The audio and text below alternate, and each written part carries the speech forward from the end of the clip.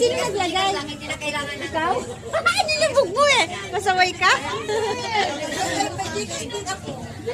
Masabihan niya na sa Gcash ko lang, matagal na yan. 1 month na. Ay, sayayaan ko lang sa Gcash ko. Dito mo na lang sa Gcash ko, walang laman. Sa Gcash ko rin, walang laman. Baka naman. Hindi niya kinukuha.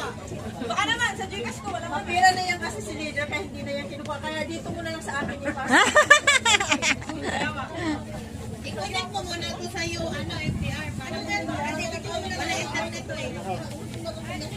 Lawan sa masarap na. Ano, may palaro kayo? Oo. Uy, mag-ihit tayo. May ano mo muna connect mo lang. Patapusin mo muna kumain. Tapos lahat ka na Ito pa nga bigyan ko. This is the gospel. binigyan din kayo?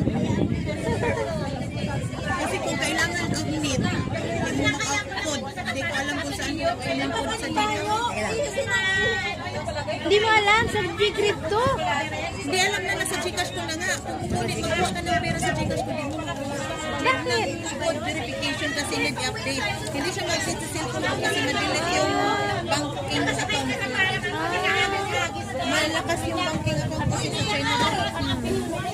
Sir, kung saan tinampayan pala yung lagyan natin ng alas 3, gagamitin na yun. Ang alin? Ay, alas 3 pala. Alin?